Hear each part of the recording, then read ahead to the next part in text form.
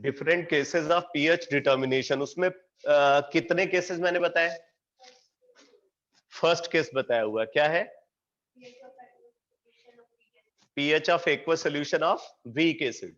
ठीक है, अब आप फिर देखो, जैसे हम वीक एसिड के सोल्यूशन का पीएच निकालते हैं, एग्जैक्टली उसी तरीके से हम वीक बेस सोल्यूशन का भी पीएच निकाल सकते हैं। सारी एनालिसिस वैसे ही होगी। ठीक है, वहां पे क्या होगा, उधर जैसे के है, यहाँ पे के भी आ जाएगा। उधर H पॉजिटिव कंसंट्रेशन है तो यहाँ पे OH नेगेटिव कंसंट्रेशन होगा। उधर पीएच है तो यहाँ पे क्या आ जाएगा, POH आ जाएगा। ठीक है, अप्रोक्सीमेशन क्राइटेरिया भी सेम रहेगा। ठीक है, अप्रोक्सीमेशन क्राइटेरिया भी सेम रखना है आपको। तो मतलब मैं एसिड वाला केस बताता जाता हूं, अकॉर्डिंगली आप बेस वाला केस को समझ सकते हो। ठीक है, तो अब आप सेकंड केस लिखो।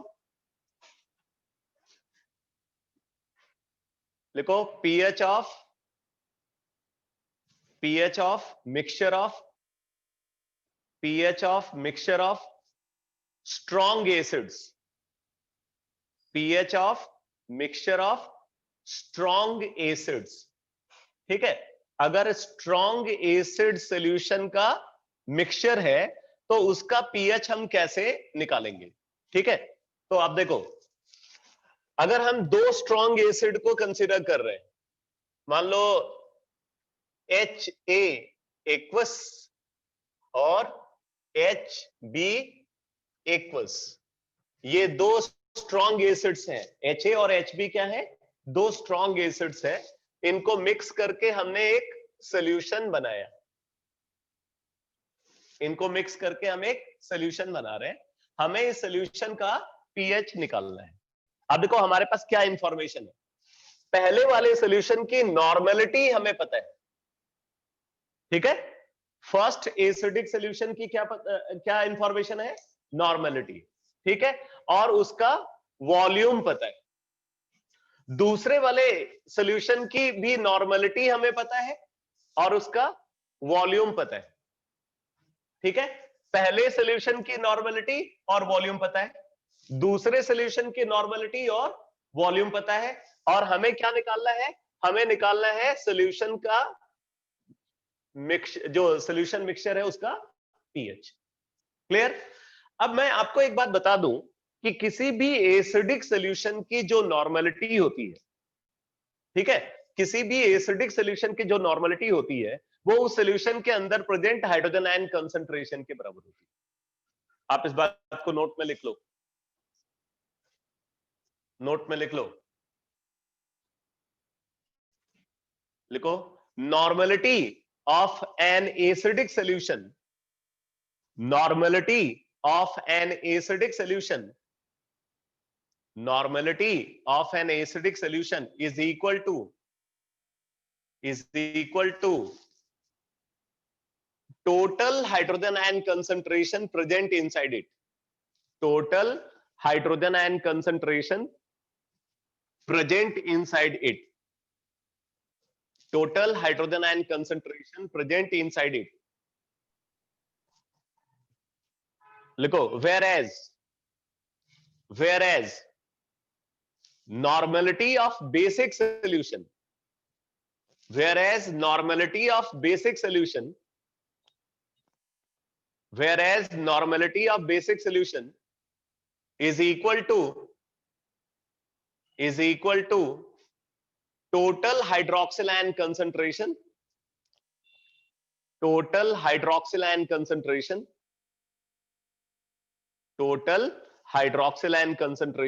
present inside it, अब देखो, अगर हमें इसका पीएच चाहिए, इसका मतलब यहां पे हमें हाइड्रोजन आयन कंसंट्रेशन चाहिए टोटल, और टोटल हाइड्रोजन आयन कंसंट्रेशन क्या होगा? इसकी जो नॉर्मेलिटी होगी उसके बराबर होगा। इसका मतलब हमें इस सॉल्यूशन की नॉर्मेलिटी चाहिए।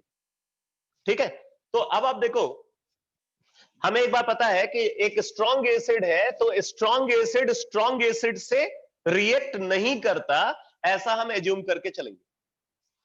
वैसे ये तो हो नहीं सकता कि दोनों एसिड्स इक्वली स्ट्रॉन्ग हो। ठीक है, दोनों के एसिडिक स्ट्रेंथ में कुछ ना कुछ फर्क तो जरूर होगा, लेकिन हम ये मान करके चलेंगे कि एक स्ट्रॉन्ग एसिड दूसरे स्ट्रॉन्ग एसिड से रिएक्ट नहीं करता। इसको आप एजम्पशन भी समझ सकते हैं, ठीक है? इस एनालिसिस में ये एजम्पशन भी आप समझ सकते हैं, ठीक है? तो आप नोट कर लो, here we assume that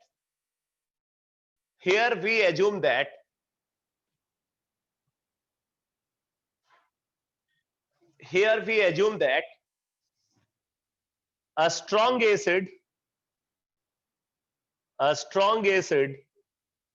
never reacts a strong acid never reacts with a strong acid a strong acid never reacts with a strong acid, ठीक है?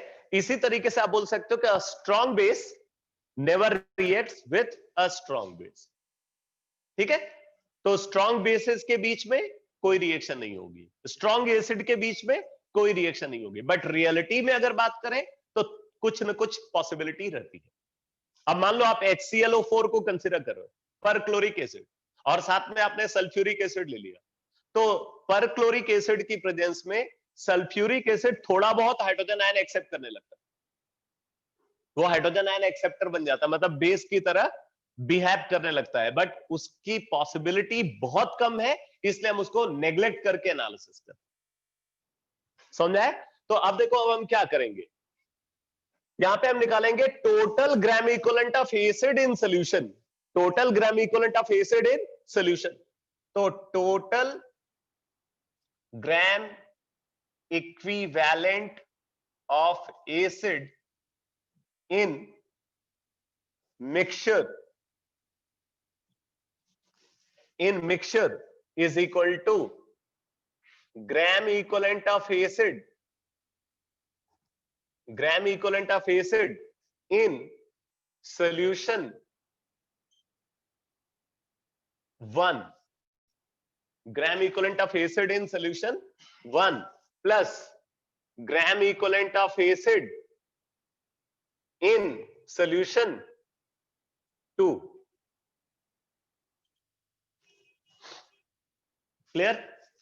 Total gram equivalent of acid in mixture is equal to gram equivalent of acid in solution 1 plus gram equivalent of acid in solution 2. ठीक?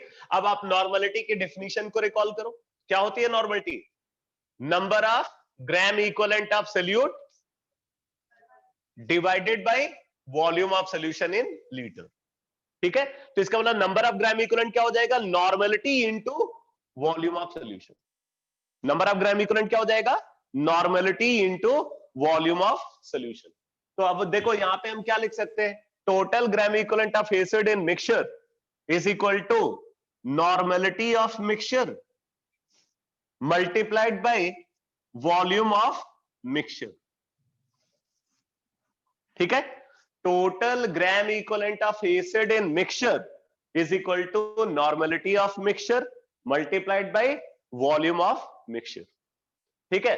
And this is equal to gram equivalent of acid in solution 1, तो क्या हो जाएगा? N1V1 plus gram equivalent of acid in solution 2 क्या हो जाएगा? N2V2, ठीक है? अब यहां से अगर आप देखो तो क्या आ गया? This implies normality of mixture is equal to N1V1 plus N2V2 divided by volume of mixture, ठीक है? तो मिक्सचर का वॉल्यूम क्या हो जाएगा? दोनों के वॉल्यूम के सम के बराबर, बट यहां ये एज्यूम करके चल रहे हैं कि जो मिक्सचर बन रहा है वो आइडियल है, आइडियल मिक्सचर है, आइडियल सॉल्यूशन है। रियलिटी में कोई भी सॉल्यूशन आइडियल नहीं होता, ठीक है? तो रियलिटी में क्या होगा? जो सॉल्यूशन का वॉल्यूम आएगा वो इन दोनों के वॉल्यूम के सम से या तो ज्यादा होगा या कम होगा, ठीक? बट हम यहां पे क्या मान करके चल रहे हैं कि जो सॉल्यूशन का वॉल्यूम है वो इन दोनों के वॉल्यूम के सम के बराबर है, ये एज्यूम करके चल रहे हैं, ठीक है? तो इसका मतलब वॉल्यूम ऑफ मिक्सचर क्या हो जाएगा? यहां पे देखो, divided by volume of mixture, तो वॉल्यूम ऑफ मिक्सचर क्या हो जाएगा? V1 प्लस V2,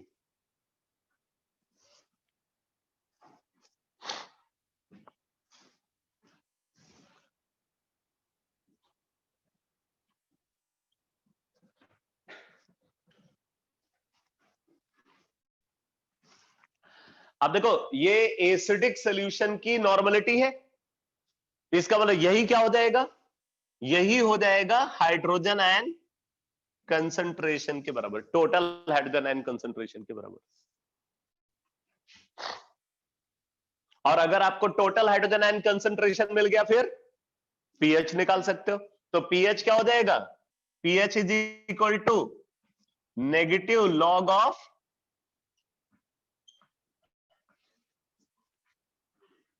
ठीक है, negative log of total hydrogen ion concentration.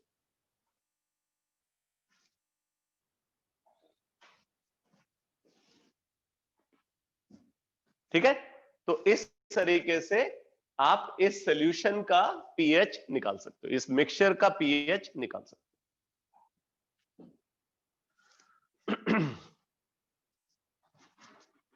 तो जैसे आपने यहां पे दो स्ट्रॉन्ग एसिड का मिक्सचर को कंसीडर किया है पीएच डिटर्मिनेशन के लिए, ऐसे ही दो स्ट्रॉन्ग बेस मिक्सचर का पीएच आप निकाल सकते हो। ठीक है, दो स्ट्रॉन्ग बेस मान लो हमने ले लिया AOH एंड DOH, दोनों की नॉर्मलिटी, दोनों का वॉल्यूम पता है, सॉल्यूशन जो प्रोड्यूस होगा उसका आप मिक्सचर का नॉर्मलिटी आप निकाल सकते हो। मिक्सचर की नॉर्मलिटी जो आएगी वो हाइड्रोक्सिल आयन कंसंट्रेशन हो जाएगा, हाइड्रोक्सिल आयन कंसंट्रेशन से पीओएच आ जाएगा, और फिर पीओएच से आप क्या निकालोगे, पीएच। कैसे, पीकेडब्ल्यू माइनस पीओएच। आई बात समझे? तो इस तरीके से आप स्ट्रॉन्ग बेस मिक्सचर का पीएच को डिटरमाइन कर सकते हो। तो जरा एक क्वेश्चन लिखना,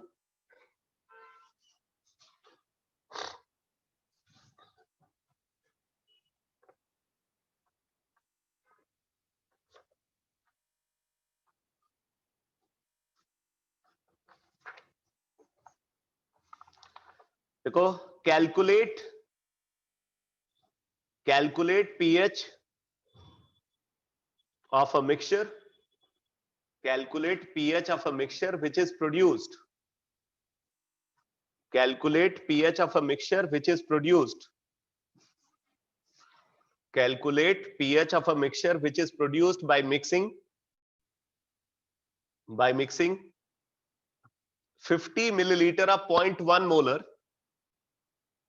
50 milliliter of 0.1 molar H2SO4, 50 milliliter of 0.1 molar H2SO4 and 50 milliliter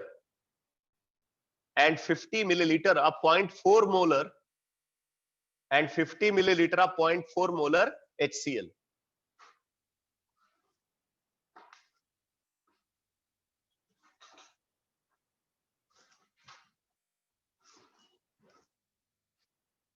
दोनों की मोलारिटी गिवन है तो नॉर्मलिटी तो निकाल ही सकते हो।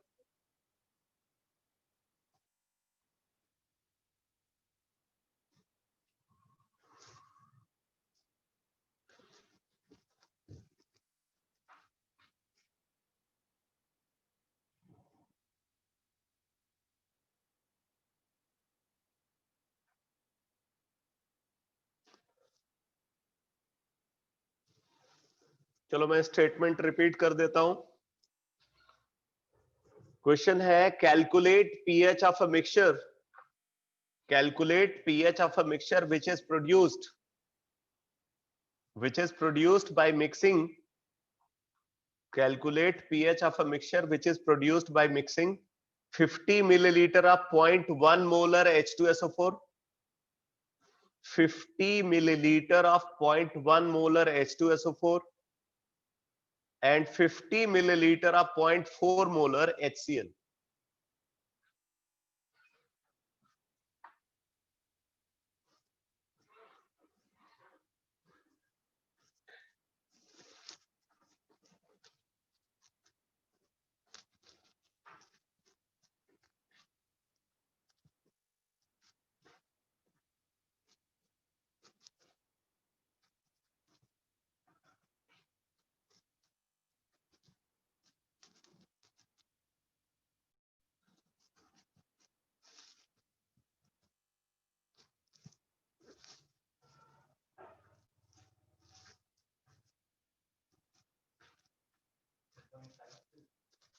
पॉइंट 5 2 एक मिनट बता दो।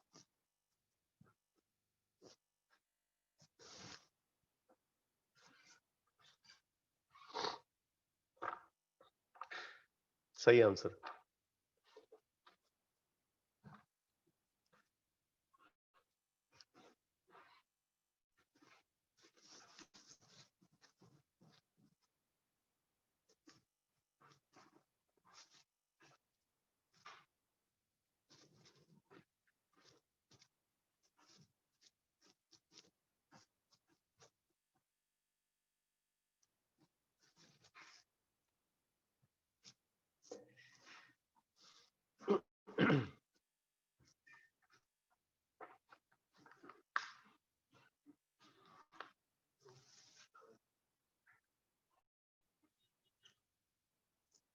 H2SO4 सोल्यूशन है और HCl सोल्यूशन है, ठीक है। इनको मिक्स करके हम एक मिक्सचर प्रोड्यूस कर रहे हैं। इसका वॉल्यूम 50 मिलीलीटर, कंसंट्रेशन 0.1 मोलर। इसका वॉल्यूम 50 मिलीलीटर, कंसंट्रेशन 0.4 मोलर, ठीक है। मिक्सचर का हमें पीएच निकालना है, ठीक। अब देखो, हमें पता है normality is equal to molarity into valency factor. Normality is equal to molarity into valency factor. इसका वैलेंसी फैक्टर क्या है? 2। इसका वैलेंसी फैक्टर 1 है। इसका मतलब इसकी जो मोलैरिटी होगी उसका डबल नॉर्मलिटी होगी, और इसकी जो मोलैरिटी है वही इसकी नॉर्मलिटी होगी, ठीक। तो इसका मतलब इसकी मोलैरिटी अगर हम देखें तो क्या होगी? नॉर्मलिटी क्या हो जाएगी? 0.2 नॉर्मल, और इसकी नॉर्मलिटी क्या होगी? 0.4 नॉर्मल। क्लियर? तो अब हम मिक्सचर की नॉर्मलिटी निकाल लेंगे। तो मिक्सचर की नॉर्मलिटी क्या हो जाएगी? 0.2 into 50 plus 0.4 into 50 divided by 50 plus 50। जरूरत नहीं है, क्योंकि ये मिली इक्विवेलेंट है और ये मिलीलीटर है, तो मिली इक्विवेलेंट पर मिलीलीटर या ग्राम इक्विवेलेंट पर लीटर बराबर होती है। आई बात समझ में? तो जरूर नहीं है इसको लीटर में कन्वर्ट करने की। तो ये कितना आ गया? 0.2 इंटू 50 10 प्लस 0.4 इंटू 50 20, तो 20 प्लस 10 30, 30 बाई 100 0.3 आ गया, 0.3 नॉर्मल। तो ऑब्वियसली यही क्या हो जाएगा? यही हो जाएगा हाइड्रोजन आयन कंसंट्रेशन। तो हाइड्रोजन आयन कंसंट्रेशन आ गया। अब देखो, अगर हाइड्रोजन आयन कंसंट्रेशन आ गया तो फिर हम इससे क्या निकाल सकते हैं भाई? इससे निकाल सकते हैं पीएच। तो पीएच निकाल लेते, तो पीएच क्या हो जाएगा? PH is equal to negative log of 0.3। 0.3 को 3 इंटू 10⁻⁻1 लिख सकते हो, तो ये आ जाएगा बेटा 1 माइनस लॉग 3। 3 इंटू 10⁻⁻1 का लॉग, तो माइनस ऑफ -1, तो 1 माइनस लॉग 3, तो 1 माइनस लॉग 3। या अब ये सब बड़ी छोटी छोटी बातें हैं, मैं तो फटाक से लिख दे रहा हूं 1 माइनस लॉग 3, लेकिन कुछ लोगों को इसी में प्रॉब्लम हो जाती है। इसलिए इसको समझ करके चलो कि मैंने कैसे 1 माइनस लॉग 3 लिख दिया, क्योंकि यही छोटी छोटी प्रॉब्लम बहुत बड़ी प्रॉब्लम बन जाती है। फिर आप बाद में क्या होगा? आप फॉलो करना बंद कर दोगे, आपको समझ नहीं आएगा हो क्या रहा है, और मैं तो ये मान करके चलूंगा कि हाँ ये तो सामने वाला समझ रहा है। आई बात समझ में? इसलिए ध्यान देने वाली बात है। ये मैंने लिखा माइनस लॉग ऑफ 0.3, तो माइनस लॉग ऑफ 0.3 का मतलब हम इसको क्या लिख सकते हैं? इसको लिख सकते हैं 3 इंटू 10⁻⁻1 लिख सकते हैं, और फिर लॉग की प्रॉपर्टी यूज की। तो लॉग की प्रॉपर्टी यूज करेंगे तो क्या हो जाएगा? माइनस माइनस आप ले लो बाहर, ठीक। तो फिर आप इसको क्या लिख सकते हो? log 3 plus log of 10⁻⁻1। log 3 plus log of 10⁻⁻1, तो log ऑफ 10⁻⁻1 क्या हो गया? -1। तो -1 प्लस log 3, और बाहर में क्या लगा हुआ है? माइनस, तो माइनस ऑफ -1 1, ठीक है। Minus log 3, 1 minus log 3। अब log 3 वैल्यू क्या होती है? 0.4771, तो ये आ गया 1 माइनस 0.4771, 0.5229, 0.5229, ये है सही आंसर।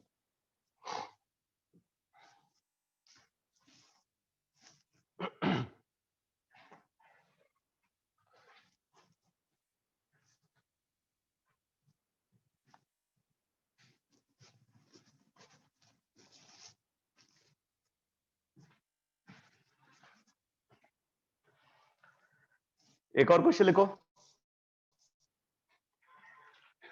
लिखो calculate pH of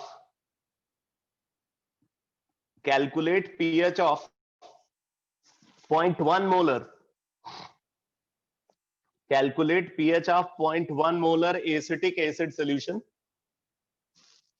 calculate pH of 0.1 molar acetic acid solution having dissociation constant value 1.8 into 10 to the power minus 5, 1.8 into 10 to the power minus 5.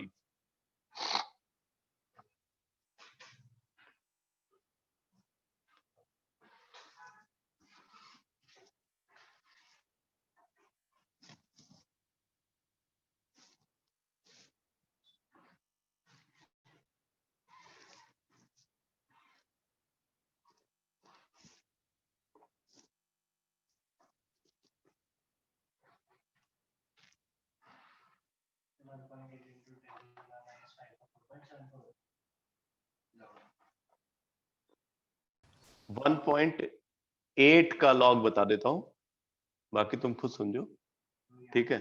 Log 1.8 होता है 0.2553, 0.2553, ये आपको याद होना चाहिए।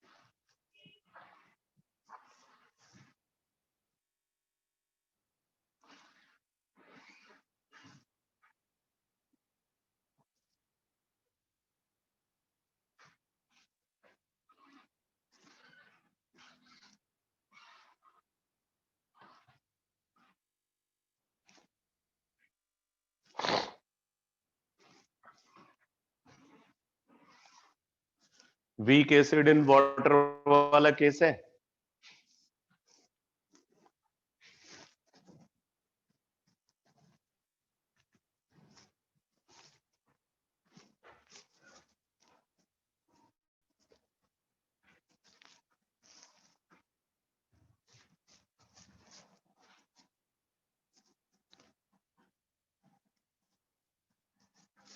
सबसे पहले तो आपको ये वेरीफाई कर लेना चाहिए कि अप्रोक्सीमेशन होल्ड करेगा या नहीं करेगा, ठीक है।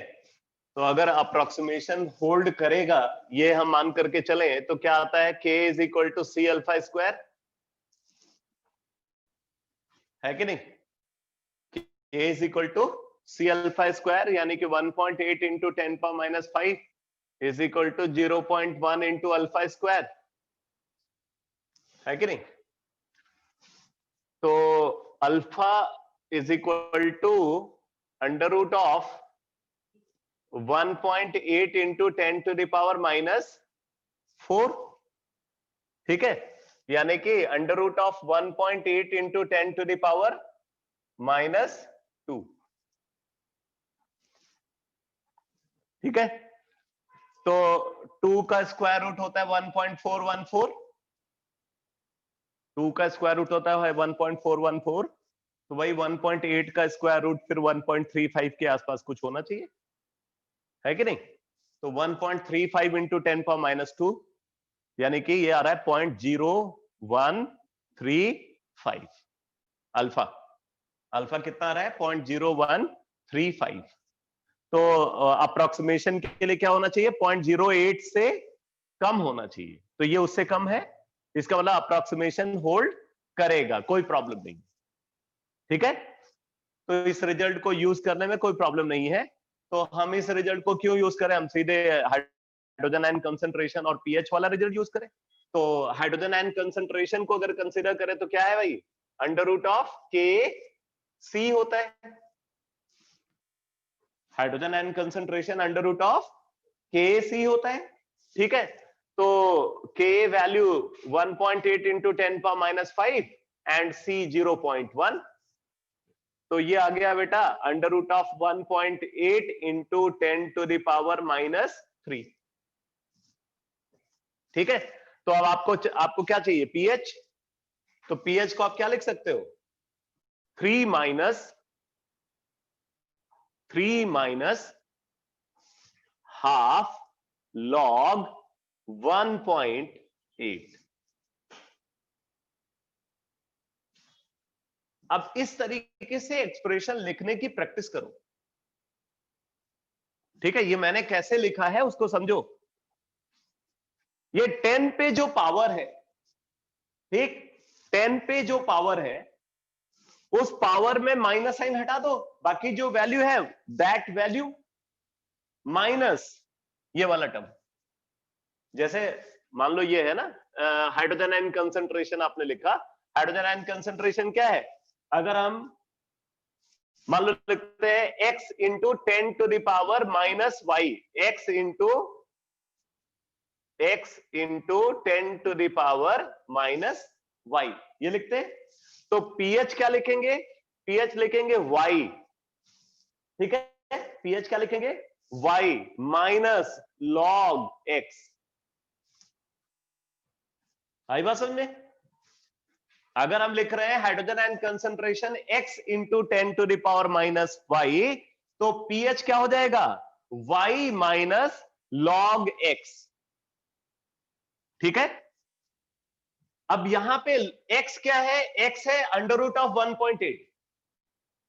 अंडर रूट ऑफ 1.8 को क्या लिख सकते हो? 1.8 to the power half, 1.8 to the power half, फिर लॉग की प्रॉपर्टी फिर से वहां पे लगेगी, तो वो हो जाएगा हाफ लॉग 1.8। आई बात समझे? तो अब देखो, तो ये क्या आ जाएगा? 3 माइनस 0.2553 बाई 2। ठीक है, 3 माइनस 0.2553 बाई 2, तो कितना आ गया ये बताओ? 2.872। क्या गड़बड़ किया था तूने? अच्छा,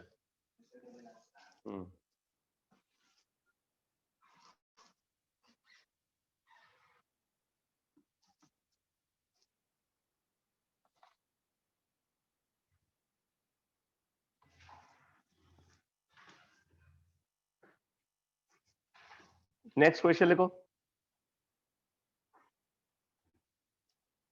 कैलकुलेट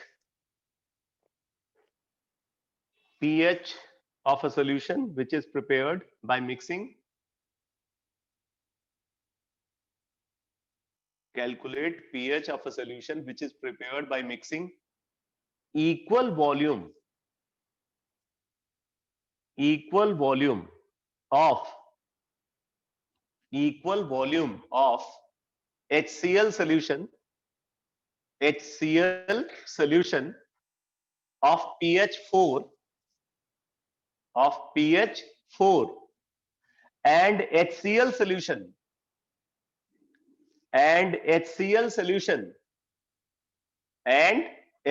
दोनों HCl solution, एक का pH गिवन है और दूसरे की नॉर्मलिटी गिवन है, and HCl solution with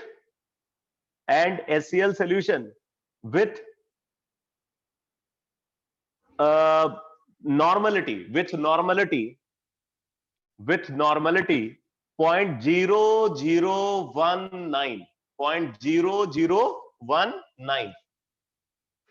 0.0019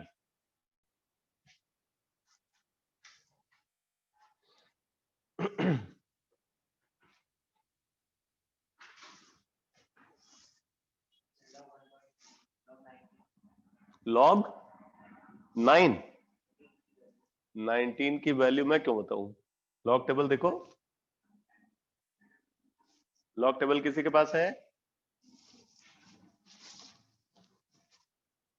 बता बेटा, log 19 वैल्यू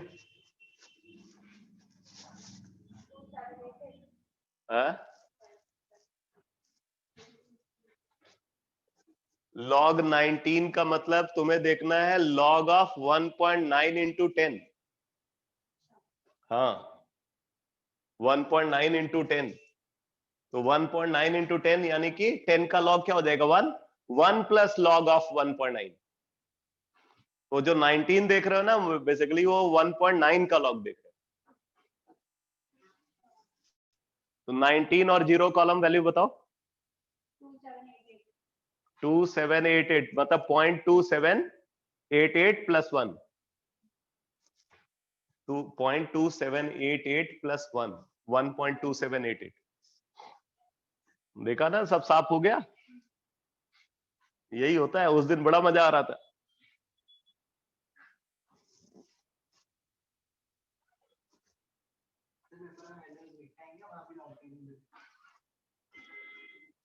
आपसे एक्सपेक्ट करते हैं कि आपको लॉग टेबल देखना आना चाहिए, आपका वो टैलेंट टेस्ट कर सकते हैं।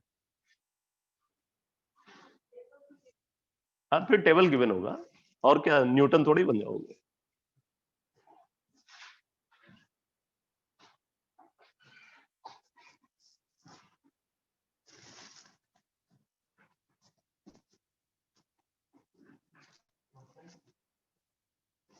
फोर 4.3 अभी बताता हूं भाई।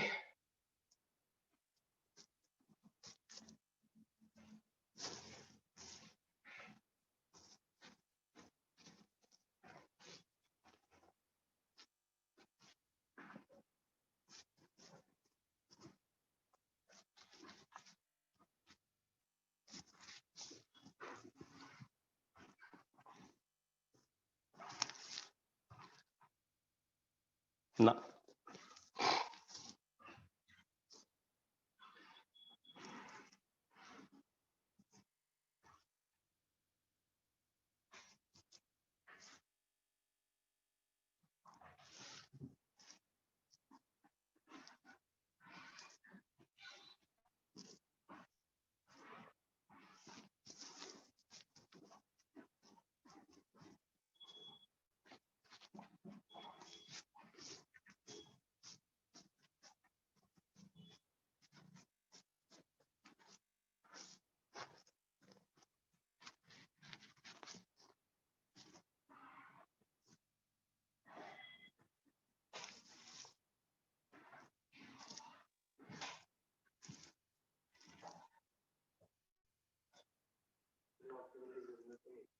Hmm.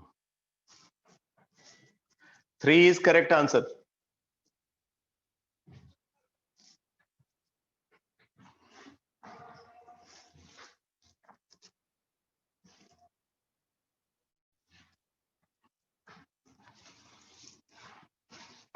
अब देखो यहां पे क्या है, HCl के दो सोल्यूशन है बेटा, HCl solution 1 plus HCl solution 2, इनको मिक्स करके एक मिक्सचर प्रिपेयर किया, और हमें क्या निकालना है? इसका पीएच, मिक्सचर का पीएच निकालना।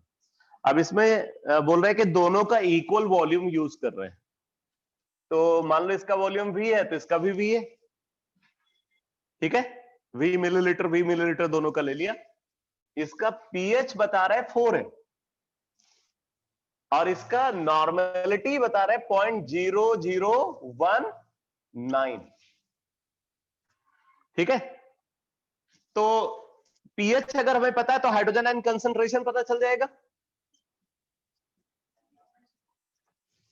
ठीक, और आपको पता है कि किसी भी एसिडिक सॉल्यूशन में जो हाइड्रोजन आयन कंसंट्रेशन होता है वही नॉर्मलिटी होती है। बात समझ में आई या नहीं? किसी भी एसिडिक सॉल्यूशन में जो हाइड्रोजन आयन कंसंट्रेशन होता है वही उसकी नॉर्मलिटी होती है। तो यहां पे हाइड्रोजन आयन कंसंट्रेशन 10⁻⁴ है, मतलब इसकी नॉर्मलिटी जो है वो 10⁻⁻⁴ है। और इसकी नॉर्मलिटी क्या है? 19 इंटू 10⁻⁻⁴। ठीक है, इसकी नॉर्मलिटी 19 इंटू 10⁻⁴ है, इसकी नॉर्मलिटी 10⁻⁴ है। वॉल्यूम दोनों का बराबर है, V एंड V। तो अब मिक्सचर की नॉर्मलिटी निकालते हैं। तो नॉर्मलिटी ऑफ मिक्सचर जो कि हाइड्रोजन आयन कंसंट्रेशन के बराबर होगा, क्योंकि ये एसिडिक सॉल्यूशन है, is equal to N1 into volume V plus N2 into volume V divided by total volume 2V। ठीक है, तो 19 into 10⁻⁴ plus 1 into 10⁻⁴, 20 into 10⁻⁴ by 2, 10 into 10⁻⁴ यानी कि 10⁻⁻3। ठीक है, तो फिर पीएच क्या आ जाएगा? PH is equal to 3।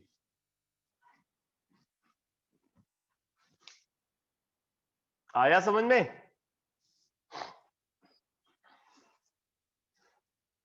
तो ये हमेशा दिमाग में रखो कि अगर किसी एसिडिक सॉल्यूशन का पीएच गिवन है, मतलब इनडायरेक्टली आपको उस एसिडिक सॉल्यूशन की नॉर्मलिटी गिवन है।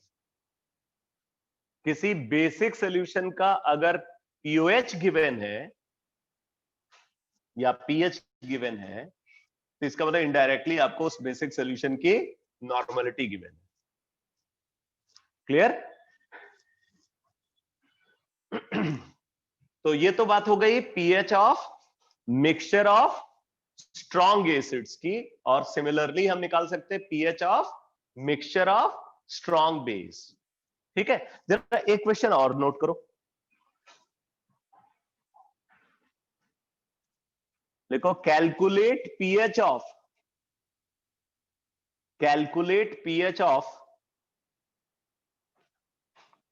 10 to the power -6 molar. Calculate pH of 10 to the power -6 molar acetic acid solution. Acetic acid solution. Calculate pH of 10 to the power -6 molar acetic acid solution.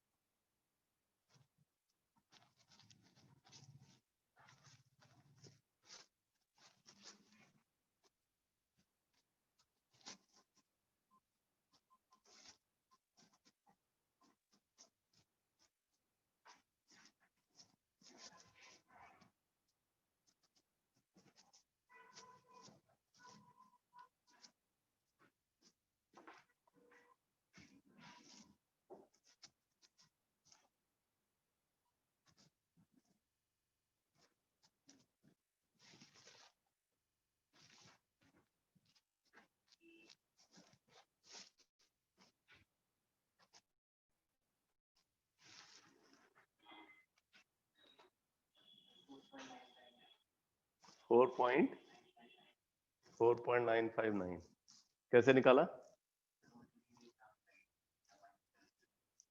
अच्छा, water वाला भी add कर दिया उसमें। अच्छा,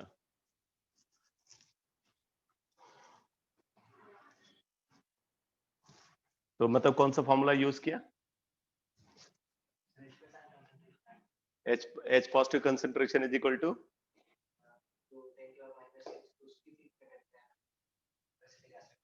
ये तो एसिटिक एसिड की कंसंट्रेशन है, तो यही क्या हाइड्रोजन आयन कंसंट्रेशन भी होगा? अच्छा, पूरा डिसोसिएशन मान लिया। बेसिकली ये सही है कि हमें यहाँ पे ये एज्यूम करके चलना पड़ेगा कि ये सोल्यूशन जो है, मतलब यहाँ पे acetic acid solution extremely dilute है, और क्योंकि सोल्यूशन एक्सट्रीमली डाइल्यूट है तो उसका पूरा डिसोसिएशन हो रहा है। Complete dissociation of acetic acid assume करके चलेंगे। ठीक है, ये बात मैंने आपको पहले भी बताया था कि अगर कोई वीक इलेक्ट्रोलाइट है और उसका सोल्यूशन बहुत ज्यादा डाइल्यूट आपको दिख रहा है, तो इसका मतलब है कि हम उस वीक इलेक्ट्रोलाइट का कंप्लीट डिसोसिएशन मानेंगे, क्योंकि जो डिग्री ऑफ डिसोसिएशन होता है वो डाइल्यूशन के साथ क्या होता है, बढ़ता है। अगर हम डाइल्यूशन बढ़ाते हैं तो degree of dissociation value increase करती जाती है। तो degree of dissociation value increase करती है, तो यहां पे ये ऑलमोस्ट इनफाइनाइटली डाइल्यूट सॉल्यूशन वाला केस आप इसको ले सकते हो, और यहाँ पे 100% डिसोसिएशन आप एज्यूम कर सकते हो।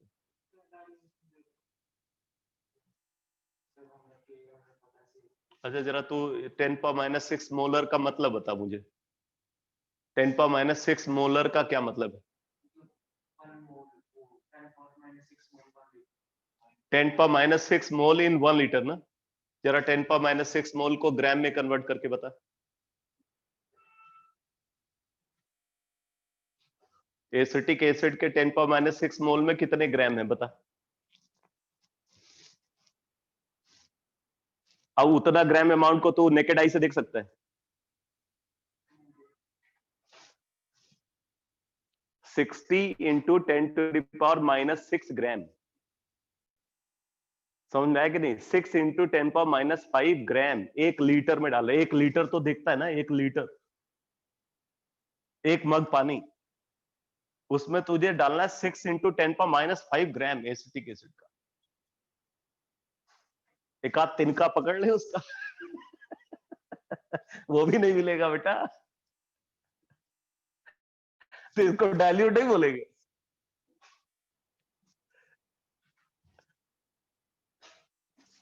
प्रैक्टिकल साइंस है यार, प्रैक्टिकल साइंस है, प्रैक्टिकली सोचो।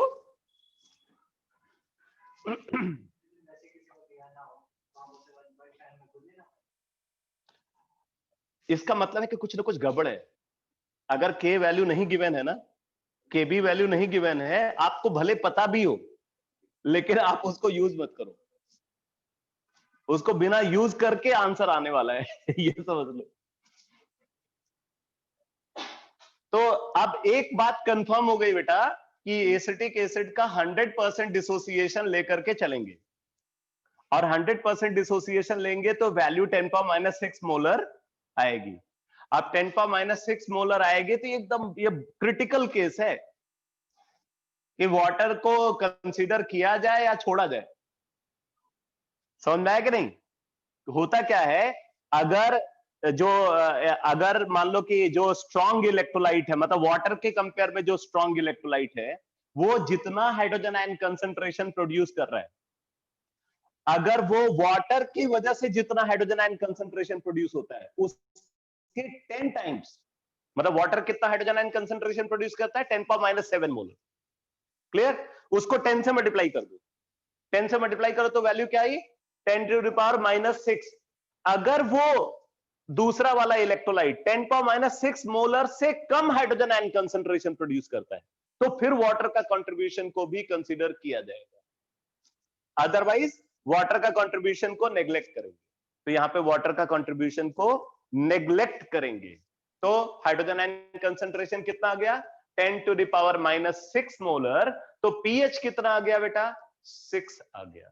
पीएच क्या हो जाएगा, हाँ नेग्लेक्ट करेंगे, तो पीएच यहाँ पे 6 आएगा, ठीक है, पीएच 6 है।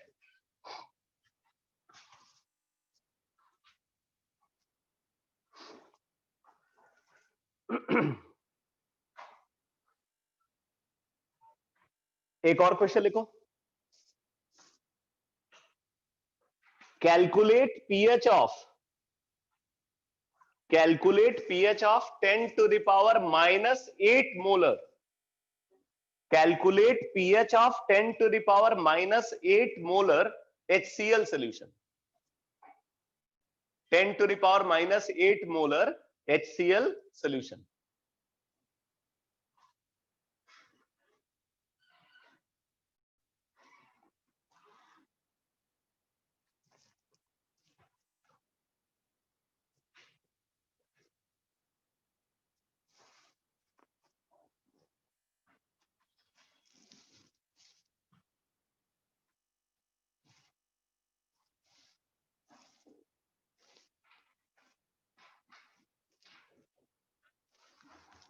Calculate pH of 10 to the power -8 molar HCl solution।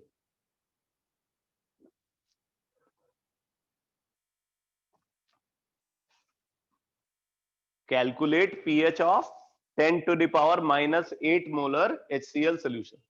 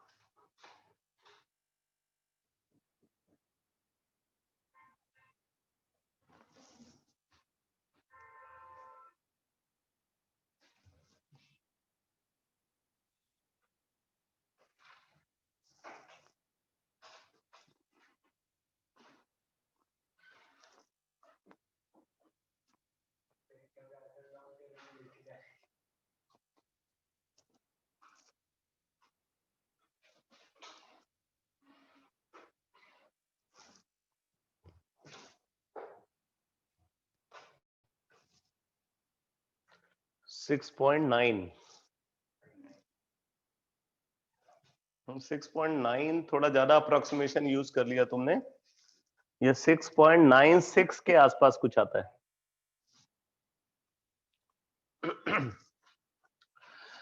देखो यहां पे HCl जो हाइड्रोजन आयन कंसंट्रेशन प्रोड्यूस, ठीक है, HCl जो हाइड्रोजन आयन कंसंट्रेशन प्रोड्यूस कर रहा है वो तो 10⁻⁸ मोलर है, और वाटर जो हाइड्रोजन आयन कंसंट्रेशन प्रोड्यूस करेगा वो 10⁻7 मोलर होगा। मतलब अब मेजर सोर्स वाटर हो गया हाइड्रोजन आयन के लिए, तो इसलिए टोटल हाइड्रोजन आयन कंसंट्रेशन अगर आपको निकालना है तो total hydrogen ion concentration is equal to hydrogen ion concentration produced by HCl plus hydrogen ion concentration produced by water, ठीक है। Total hydrogen ion concentration is equal to hydrogen ion concentration produced by HCl plus hydrogen ion concentration produced by water। तो hydrogen ion concentration produced by HCl कितना है 10⁻8 plus hydrogen ion concentration produced by water 10⁻7, तो ये आ गया बेटा 11 into 10 to the power -8 या 1.1 into 10⁻7, ठीक है। तो फिर pH क्या हो जाएगा 7 माइनस log 1.1,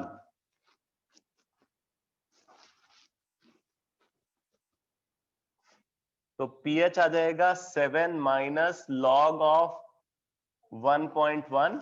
1.1 का log कितना है,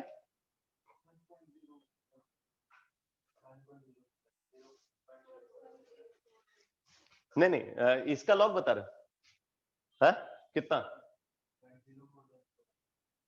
तो कितना आ जाएगा वही 6.95 समथिंग आ जाता है, 9596।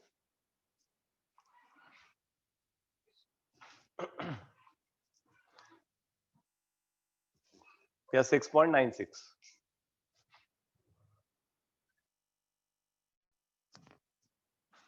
ये भी बड़ा इंपॉर्टेंट कंसेप्ट है कि कब वाटर का कंट्रीब्यूशन को कंसीडर करना है और कब नहीं करना है। इसमें भी लोग गड़बड़ करते हैं। पता चला 10⁻⁸ मोलर HCl सोल्यूशन है, बोल रहा है pH 8 है। अब सोचो कि HCl सोल्यूशन और उसका pH 8 आ रहा है। pH 8 का मतलब बेसिक रेंज हो गई ना। तो जब सोल्यूशन में जब उसके अंदर HCl प्रेजेंट है तो बेसिक रेंज में pH कैसे पहुंच जाएगा? ठीक है, कितना भी कम कंसंट्रेशन हो। सॉल्वेंट वाटर नहीं हुआ फिर तो कुछ भी हो सकता है, लेकिन हम तो अब जो भी एनालिसिस कर रहे हैं सब एक्वा सॉल्यूशन की एनालिसिस कर रहे हैं।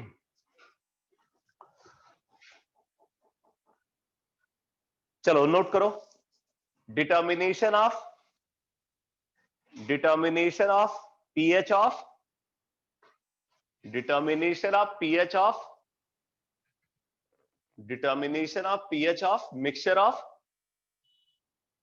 determination of pH of mixture of strong acid and strong base, ठीक है, strong acid and strong base।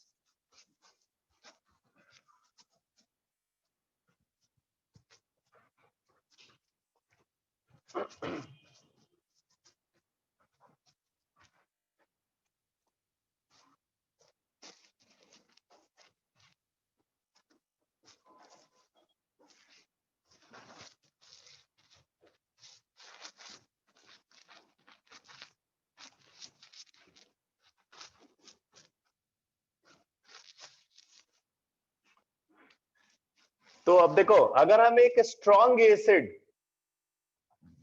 और स्ट्रॉन्ग बेस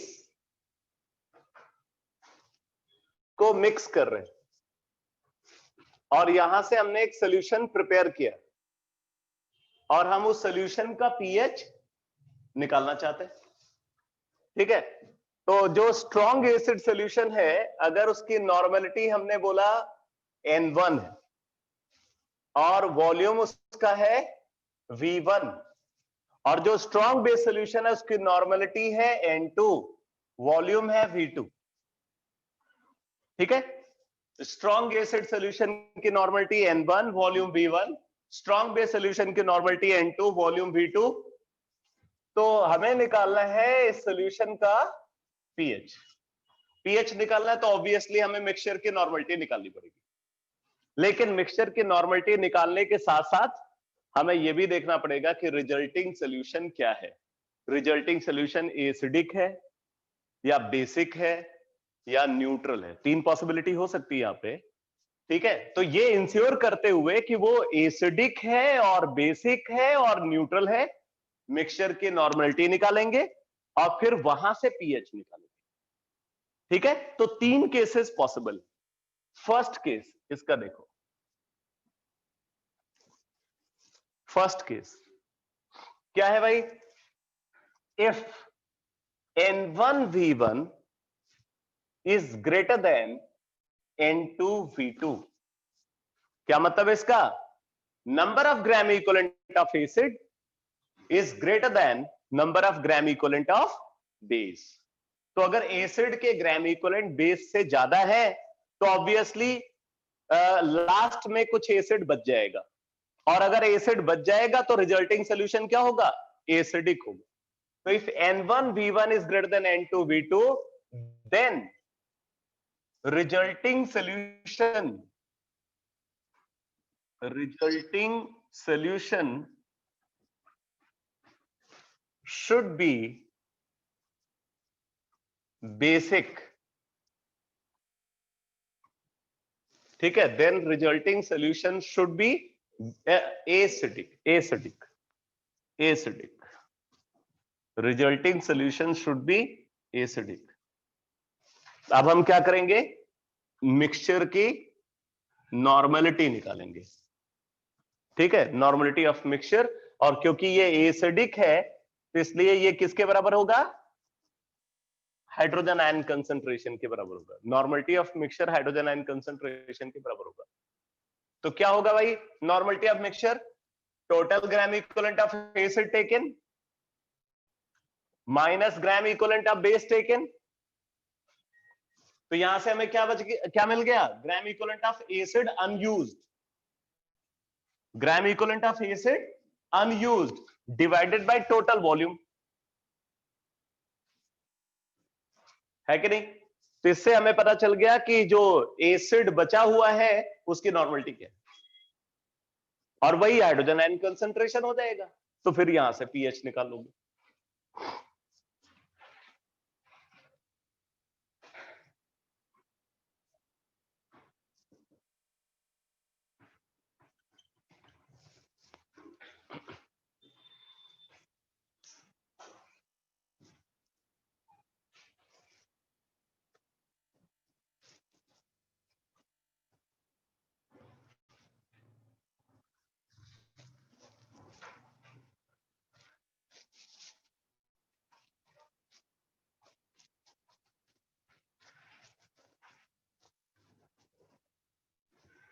कॉन्सेप्ट पकड़ो, फॉर्मूला रटने से मुक्ति मिल जाएगी।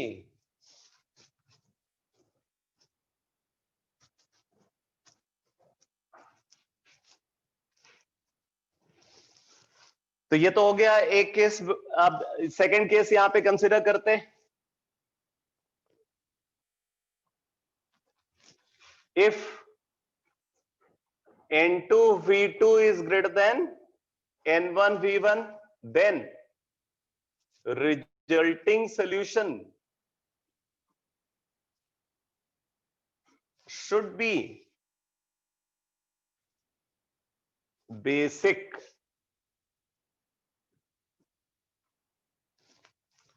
ठीक है, resulting solution should be basic. तो नॉर्मलिटी ऑफ मिक्सचर निकालेंगे यहां पे, और ये आएगा हाइड्रोक्सिल आयन कंसंट्रेशन के बराबर। तो क्या होगा ये?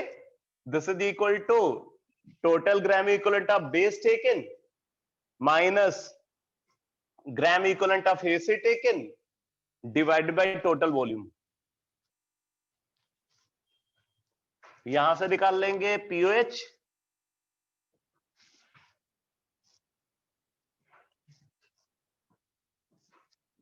यहां से पीओएच निकाल लेंगे और फिर वहां से पीएच निकाल लेंगे।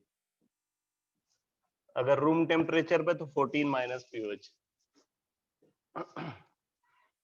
25 डिग्री सेंटीग्रेड पे अगर हम कैलकुलेशन कर रहे हैं तो पीकेडब्ल्यू 14, तो 14 माइनस पीओएच।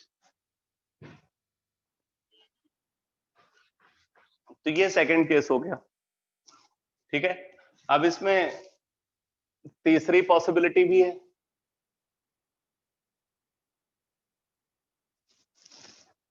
क्या है? If N1V1 is equal to N2V2, then resulting solution should be neutral। ठीक है, रिजल्टिंग सोल्यूशन क्या होना चाहिए? न्यूट्रल होना चाहिए। अच्छा, ये तभी होगा जब स्ट्रॉन्ग एसिड स्ट्रॉन्ग बेस से रिएक्ट करेगा, अदरवाइज वो न्यूट्रल नहीं हो सकता। तो if N1V1 is equal to N2V2, यहाँ पे हम स्ट्रॉन्ग एसिड स्ट्रॉन्ग बेस को रिएक्ट करा रहे हैं, तो न्यूट्रल सोल्यूशन है। तो न्यूट्रल सोल्यूशन है तो यहाँ पे क्या हो जाएगा? Normality of mixture is equal to hydrogen ion concentration is equal to hydroxyl ion concentration, and this is equal to under root of KW। मैं जनरल रिजल्ट लिख रहा हूं, under root of KW। 25 degree centigrade पे KW 10 power minus 14, तो ये 10 power minus 7 आ जाएगा। तो pH कितना आ जाएगा? 7। ठीक है, तो ये 3 केसेस पॉसिबल हैं। जरा इक्वेशन लिखो।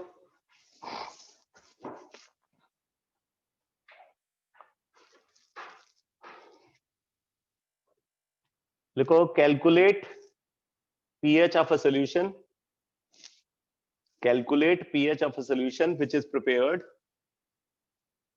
Calculate pH of a solution which is prepared by mixing. Calculate pH of a solution which is prepared by mixing 25 milliliter of 0.5 molar HCl. 25 milliliter of 0.5 molar HCl. 25 milliliter of 0.5 molar HCl. 10 milliliter of 0.5 molar NaOH. 10 milliliter of 0.5 molar NaOH and 40 milliliter of water. 40 milliliter of water. Water अलग से add कर रहे हैं.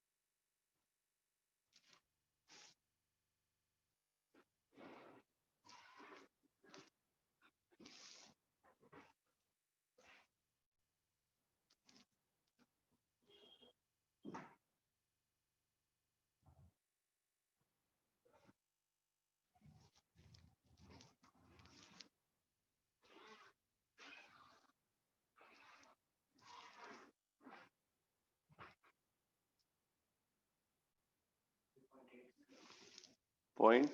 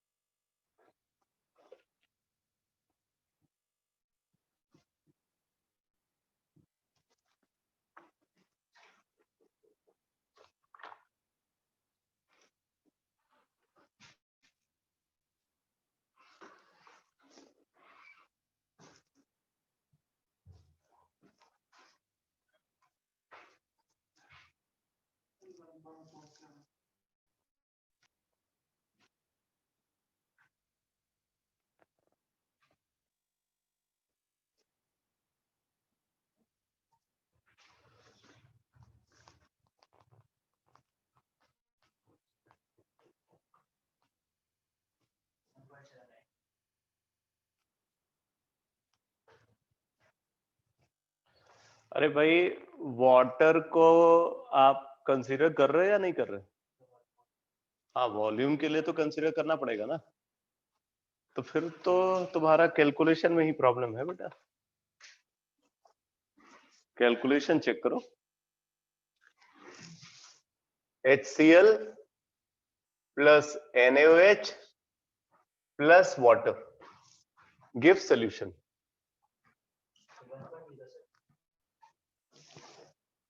पूरा 1 है, complete 1,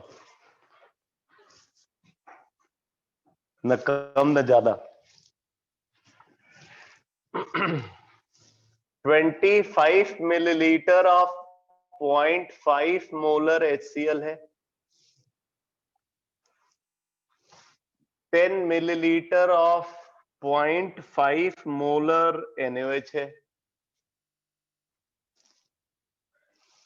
40 millilitre of water है। अब देख, तूने कैलकुलेट किया था लेकिन तूने हिम्मत नहीं जुटाई कि जो है आंसर बता दे। जब टेस्ट में क्वेश्चन आएगा तब क्या करोगे? वहां पे आंसर का वेट करोगे? कॉन्फिडेंस दिखाओ बेटा, ये पूरा पूरा गेम ही कॉन्फिडेंस का है। बिना कॉन्फिडेंस के कुछ नहीं होगा, ओवर कॉन्फिडेंस भी नहीं चाहिए, अंडर कॉन्फिडेंस रहना भी ठीक नहीं है, बस कॉन्फिडेंस होना चाहिए।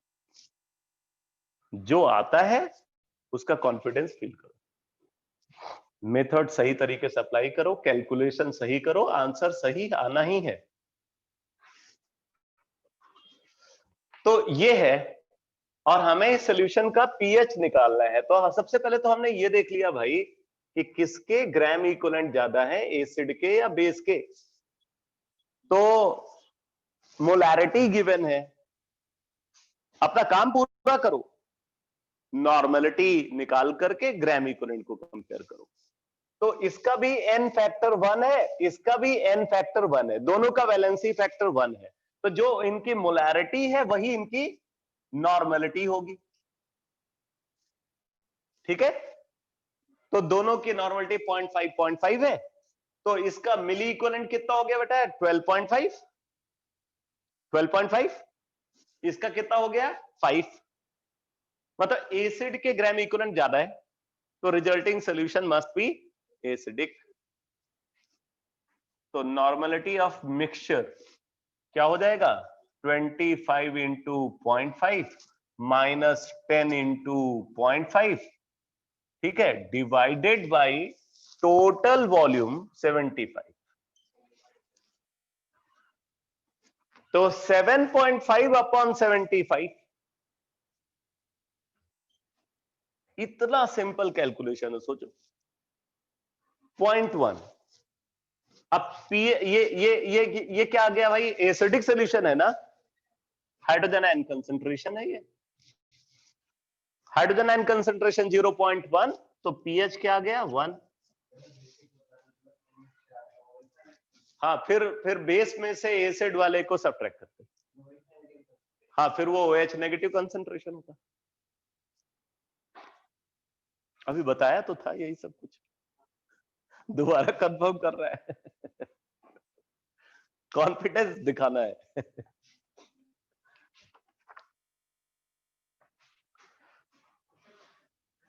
चलो एक और क्वेश्चन लिखो। What will be the resultant pH? What will be the resultant pH? What will be the resultant pH when 200 milliliter of an aqueous solution of HCl with pH 2 is mixed with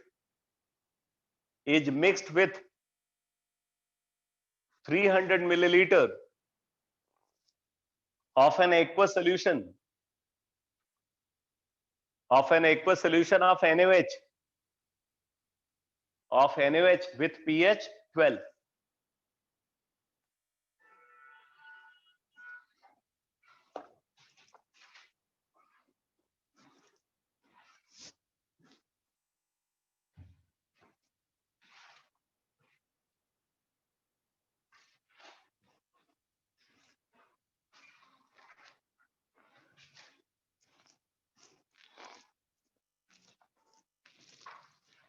देखो कुछ कुछ चीजें हैं जो अगर आपके साथ होती हैं मतलब आपका कॉन्फिडेंस लेवल ठीक नहीं है।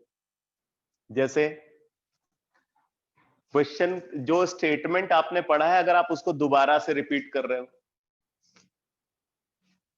ठीक है, मतलब दोबारा से वही बात फिर से सुनना चाह रहे हो, इसका मतलब पहली बार आपने ध्यान नहीं दिया था, मतलब आपका कॉन्फिडेंस लेवल पहली बार ठीक नहीं था।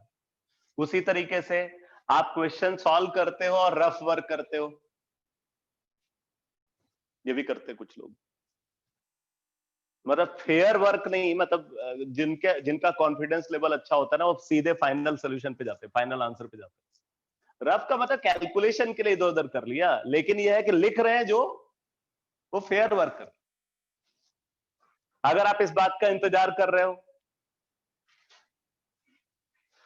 कि फाइनल सोल्यूशन इधर आएगा फिर वो कॉपी में लिखा जाएगा, इसका मतलब है कि कुछ ठीक नहीं चल रहा है।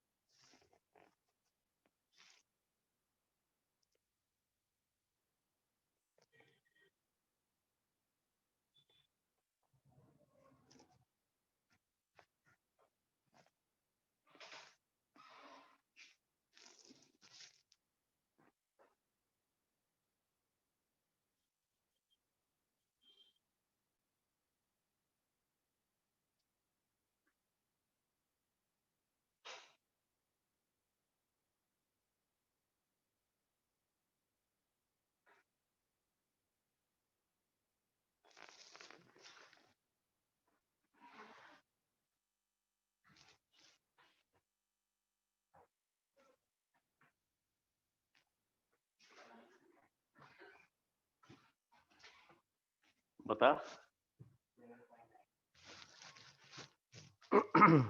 थोड़ा दूर रह गया।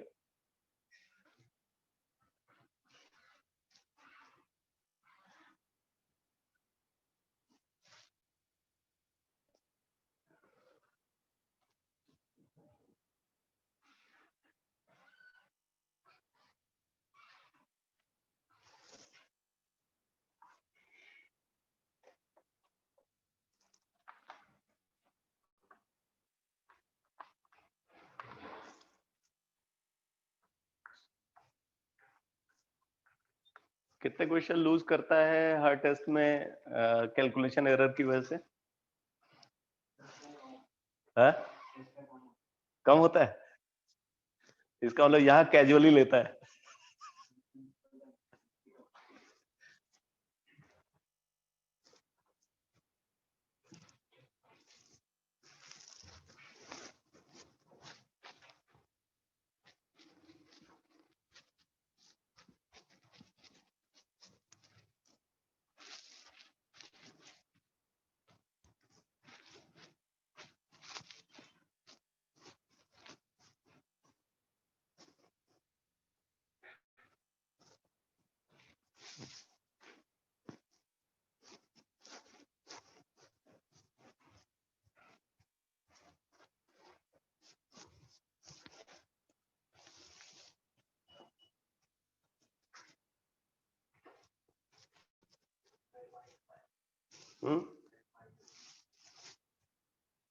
तीसरा अटेम्प्ट भी ले ले।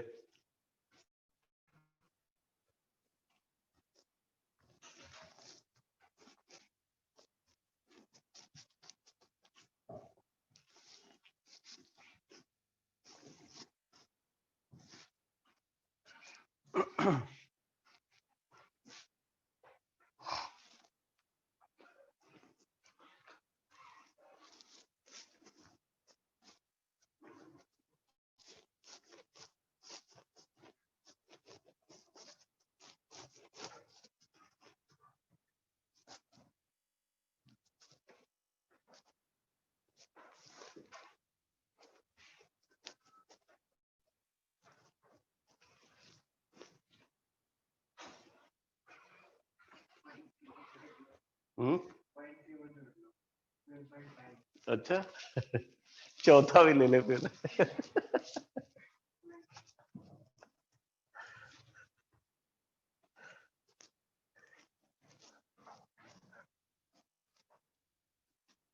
कुछ सॉफ्टवेयर प्रॉब्लम लग रही है।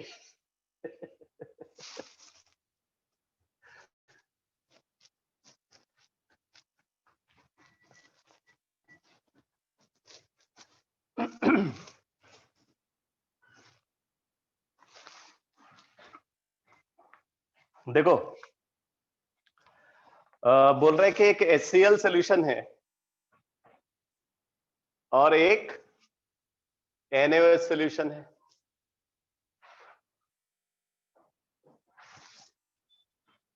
इसका वॉल्यूम बता रहा है 200 मिलीलीटर है, पीएच बता रहा है 2 है। इसका वॉल्यूम 300 मिलीलीटर और पीएच 12 बता रहे हैं। सोल्यूशन फॉर्म हो रहा है और सोल्यूशन का पीएच हमें निकालना है। ठीक है, तो ये एसिडिक सोल्यूशन है, पीएच गिवन है, तो इसकी नॉर्मेलिटी यहां से आ जाएगी 10⁻²। ये बेसिक सोल्यूशन है, पीएच गिवन है, हमें इसका पीओएच निकालना पड़ेगा। तो पीओएच इसका है 2, ठीक है, 14 माइनस पीएच, तो पीओएच आ गया यहां पे 2, तो यहां से नॉर्मेलिटी आ जाएगी 10⁻²। तो दोनों की नॉर्मेलिटी 10⁻² है, बट वॉल्यूम इसका ज्यादा है, तो ग्राम इक्विवेलेंट बेस के ज्यादा है, तो resulting solution must be basic. तो normality of mixture is equal to hydroxyl and concentration, and this is equal to 300 into 10 to the power minus 2 minus 200 into 10 to the power minus 2 divided by 500। ठीक है, तो 1/500, 1/500 या 10/5 into 10⁻³ 2 into 10⁻³। ठीक है, तो pOH निकाल लेंगे यहां से।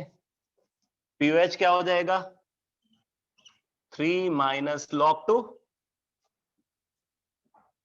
3 माइनस 0.3010, तो पीएच निकाल लेते हैं। PH is equal to 14 minus 3 plus 0.3010। तो तू क्या गड़बड़ कर रहा है, यही प्लस माइनस 11.3010, तो आंसर है 11.3010। ये सब बहुत कॉमन क्वेश्चन है और यहां से क्वेश्चन के पूछे जाने की बहुत ज्यादा पॉसिबिलिटी रहती है आने के इक्विलिब्रियम में, इसी टाइप के क्वेश्चन।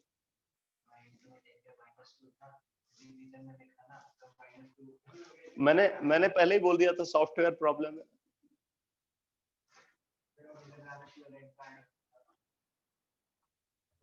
कभी प्लस कर रहा है वही फैक्टर, कभी वही फैक्टर माइनस कर रहा है।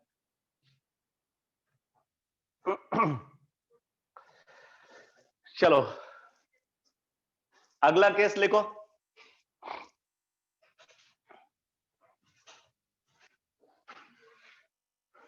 डिटर्मिनेशन ऑफ पीएच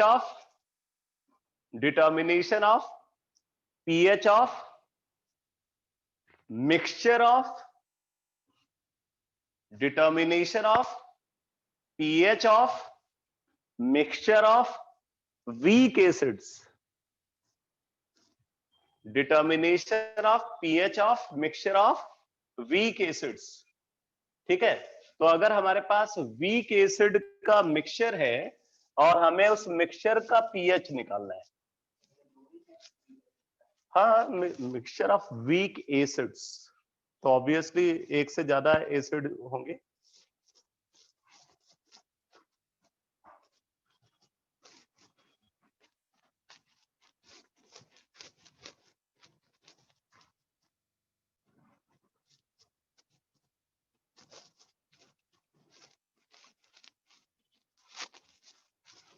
ये बहुत टफ टास्क है।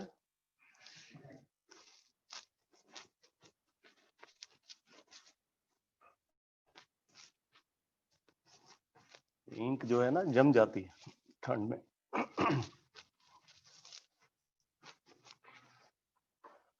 तो देखो, अगर हम दो वीक एसिड को कंसिडर कर रहे हैं,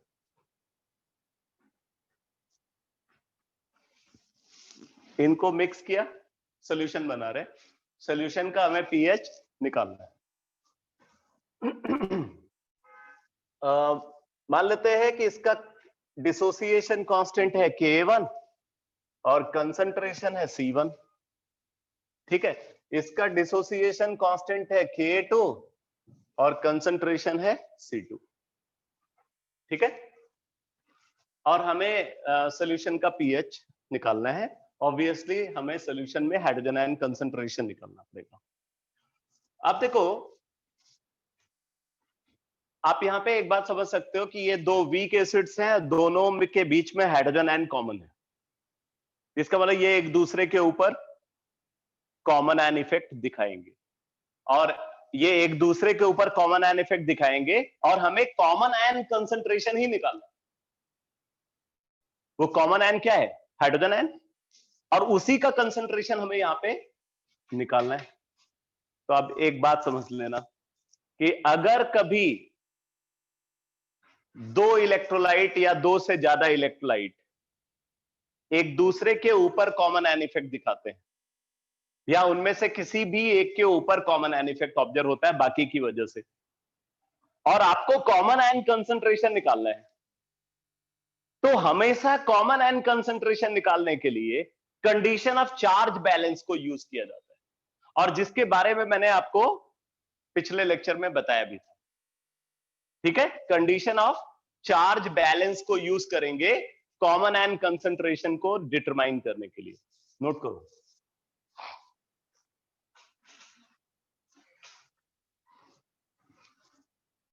देखो,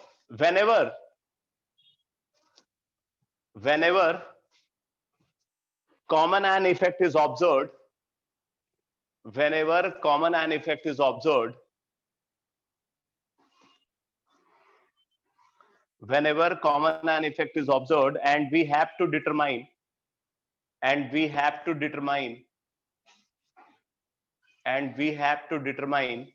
common ion concentration,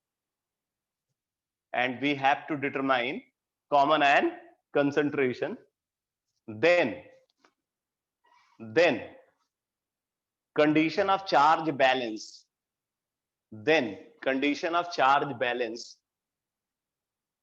is always used. Then condition of charge balance is always used to determine it.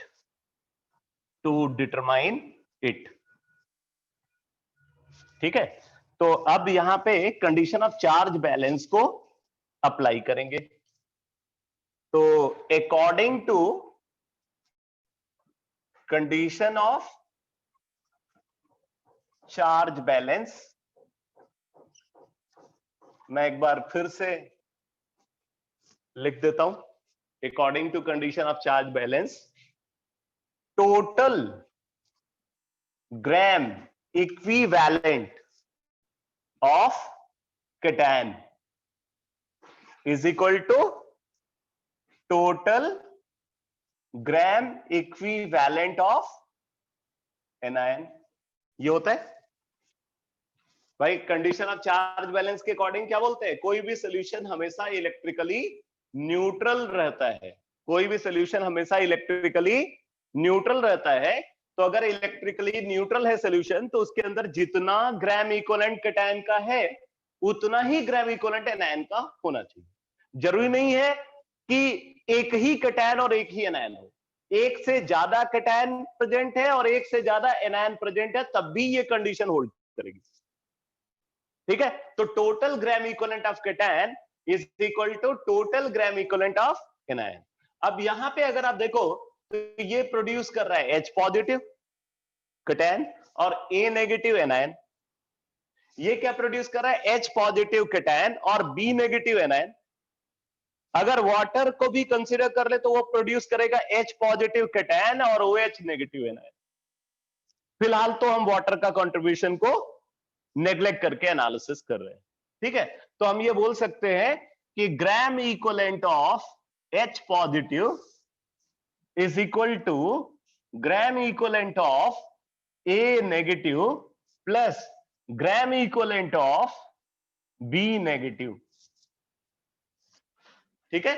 Gram equivalent of H positive is equal to gram equivalent of A negative plus gram equivalent of B negative. बेटा कोई भी link missing नहीं होना चाहिए, समझ लेना, एक एक बात को समझ करके चलो। तो gram equivalent of H positive is equal to gram equivalent of A negative plus gram equivalent of B negative, ठीक। अब देखो ये तीनों ही आयन सेम सॉल्यूशन के पार्ट है,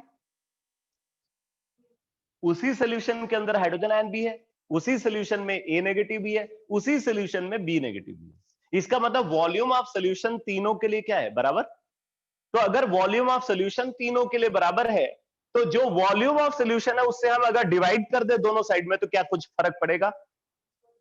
नहीं फर्क पड़ेगा ना। तो हम वॉल्यूम ऑफ सॉल्यूशन से दोनों साइड में डिवाइड कर देते।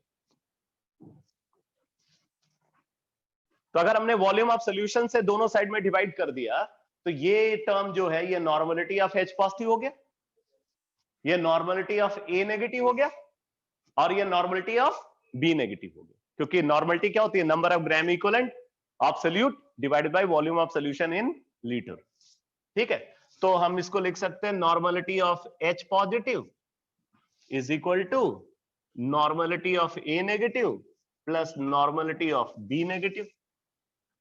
अच्छा अब देखो किसी भी आयन का जो वैलेंसी फैक्टर होता है वो उस आयन पे प्रेजेंट आयनिक चार्ज के मैग्नीट्यूड के बराबर होता है। Valency factor of ion is equal to magnitude of charge present on it, चाहे वो चार्ज पॉजिटिव हो या नेगेटिव हो, हमें चार्ज का मैग्नीट्यूड देखना है, ठीक है। तो यहां पे चार्ज का मैग्नीट्यूड क्या है? 1। यहां पे चार्ज का मैग्नीट्यूड क्या है? 1। यहां पे चार्ज का मैग्नीट्यूड क्या है? 1। इसका मतलब इन तीनों की नॉर्मलिटी इनकी मोलैरिटी के बराबर है, ठीक है। तो हम इसको लिख सकते हैं हाइड्रोजन आयन कंसंट्रेशन यानी कि molarity of hydrogen ion is equal to A negative concentration plus B negative concentration, ठीक है। अच्छा अब देखो यहां पे अगर आप लॉ ऑफ मास सेक्शन को अप्लाई करोगे इसके डिसोसिएशन इक्विलिब्रियम के लिए, तो लॉ ऑफ मास सेक्शन को आप अप्लाई करोगे तो K1 का एक्सप्रेशन क्या आएगा? H positive concentration into A negative concentration upon HA concentration, है कि नहीं? और उसी तरीके से K2 का एक्सप्रेशन क्या आएगा? H positive concentration into B negative concentration upon HB concentration, ठीक है भाई। तो अब आप देखो यहां से A नेगेटिव कंसंट्रेशन आ जाएगा। A नेगेटिव कंसंट्रेशन को क्या लिख सकते हो? K1 into concentration of HA divided by concentration of H positive. Put करते हैं यहां पे तो देखो यहां से आपको मिल जाएगा H positive concentration is equal to क्या गया बेटा? K1 into concentration of HA divided by concentration of H positive. ये A नेगेटिव कंसंट्रेशन की जगह पे पुट कर दिए प्लस B नेगेटिव कंसंट्रेशन यहां से निकाल लेंगे तो ये क्या आ जाएगा? K2 into concentration of HB divided by concentration of H positive.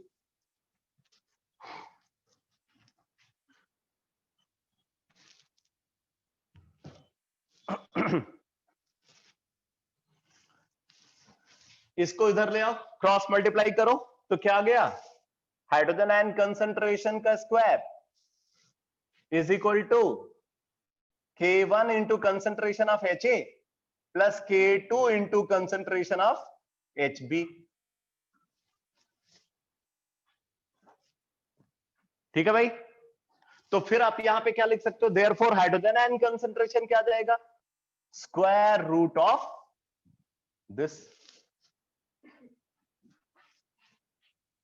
ठीक है भाई, H पॉजिटिव कंसंट्रेशन का स्क्वायर था ना वो, तो हाइड्रोजन आयन कंसंट्रेशन इसका स्क्वायर रूट हो जाएगा।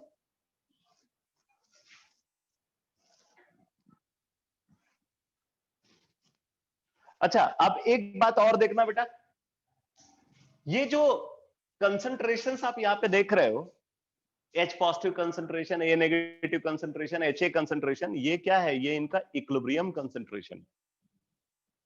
कौन सा कंसंट्रेशन है, इक्विलिब्रियम कंसंट्रेशन है। और ये C1 और C2 इक्विलिब्रियम कंसंट्रेशन है इनके, इनिशियल कंसंट्रेशन। आई बस समझ में, ये C1 और C2 क्या है, इनिशियल कंसंट्रेशन है। जबकि यहां पे ये जो HA कंसंट्रेशन और HB कंसंट्रेशन आप पुट करेंगे, ये कौन सा होगा, इक्विलिब्रियम कंसंट्रेशन होगा। लेकिन यहां पे एक अप्रोक्सीमेशन होल्ड करेगा। क्या होल्ड करेगा, ये वीक एसिड्स हैं, वीक एसिड्स का डिसोसिएशन वैसे ही बहुत कम होता है, नॉर्मली 5% या उससे कम होता है डिसोसिएशन वीक एसिड्स का, और ऊपर से कॉमन आयन इफेक्ट ऑब्जर्व हो रहा है। भाई नॉर्मल सिचुएशन में ही उनका डिसोसिएशन 5% या उससे लेस है, और कॉमन आयन इफेक्ट की वजह से वो और कम हो जाएगा। इसका मतलब क्या ये एज्यूम करने में कोई प्रॉब्लम है कि इनका जो इनिशियल कंसंट्रेशन है वही इनका इक्विलिब्रियम कंसंट्रेशन है? बोलो भाई। अरे इनिशियल C1 था, फाइनली मान लो 0.98 C1 है, 0.99 C1 है, क्या फर्क पड़ता है 0.99 C1 लिखे या C1 लिखे? आई बात समझ में? लेकिन गड़बड़ कब होगी, गड़बड़ तब होगी जब वो डिसोसिएशन सफिशिएंटली लार्ज हो। आई बात समझे? ये रिजल्ट का फेल करेगा, इसी की वजह से फेल करेगा, HA और HB कंसंट्रेशन की वजह से फेल करेगा अंडर स्पेशल सर्कमस्टेंसेस, जहां पे concentration of HA at equilibrium initial concentration से काफी ज्यादा डिफर कर रहा हूं। कुछ समझ में आया कि नहीं? जो HA कंसंट्रेशन एट इक्विलिब्रियम है, अगर वो वैल्यू उसके इनिशियल कंसंट्रेशन से काफी ज्यादा डेविएट कर रही होगी, तो फिर ये रिजल्ट होल्ड नहीं करेगा, क्योंकि आप कंसंट्रेशन तो वही इनिशियल वाला पुट करोगे, और इनिशियल वाला पुट करोगे तो फिर प्रॉब्लम आनी है। लेकिन ये रेयरेस्ट पॉसिबिलिटी है, मतलब आपके लेवल पे ये पॉसिबिलिटी होनी ही नहीं है, तो आपको इस पे दिमाग ही नहीं लगा। आई बात समझे? आपको हमेशा ये जो कंसंट्रेशन वैल्यू है वो इनिशियल कंसंट्रेशन के बराबर लेकर के चलो। तो मतलब हम इसको क्या लिखेंगे, H positive concentration is equal to under root of K1 C1 plus K2 C2। अब मैं आपको बताऊं कुछ लोग क्या करते हैं। देखो ये तो हमें पता ही है कि वीक एसिड है, तो वीक एसिड है तो हाइड्रोजन आयन कंसंट्रेशन क्या होता है, अंडर रूट ऑफ KC। तो बोला भाई यहाँ पे तो under root of K1 C1 hydrogen ion concentration होना चाहिए इसका, है? अब देखो उसी तरीके से इसका हाइड्रोजन आयन कंसंट्रेशन लिख दिया, बोल रहे हैं under root of Ka2 C2। तो फिर टोटल दिस प्लस दिस, और उसके बाद फिर क्या करते,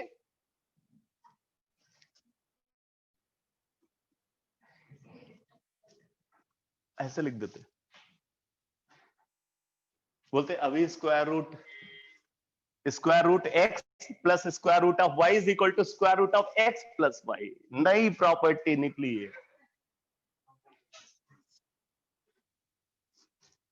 समझ में आया कि नहीं? ऐसा नहीं होता। तो ये है सही रिजल्ट। अगर यहीं पे तीसरा वीक एसिड आ जाएगा तब क्या होगा, एक टर्म और जुड़ जाएगा स्क्वायर रूट के अंदर, प्लस K3 C3। ठीक है, प्लस K3 C3।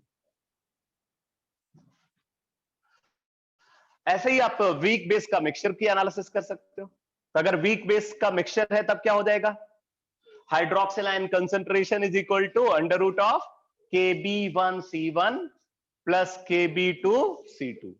ठीक है, तो इस तरीके से आप वीक एसिड मिक्सचर और वीक बेस मिक्सचर का पीएच निकाल सकते हो गया क्लियर सबको? ठीक है, तो 2-3 केसेस और रहते हैं अभी इसमें, जैसे वीक एसिड और स्ट्रॉन्ग एसिड का मिक्सचर। ठीक है,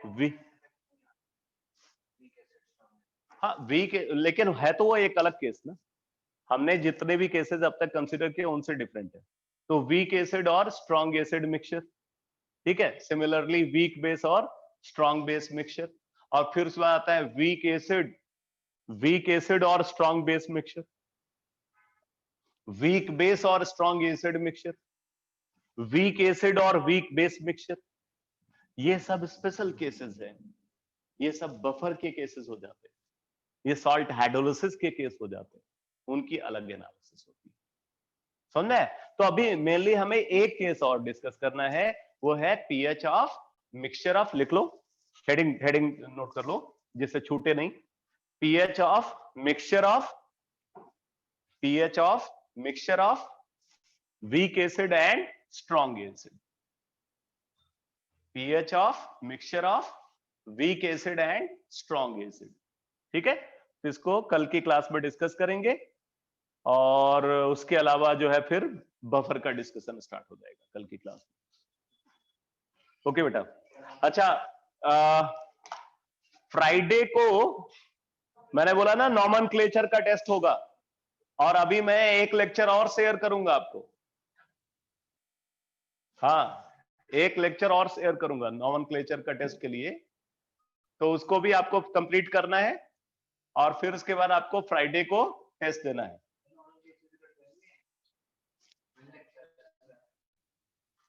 हाँ तो कोई बात नहीं, वो उसको अलग से सप्लीमेंट्री रखा हुआ है, वो बाद में टेस्ट के बाद मिलेगा। ओके बेटा,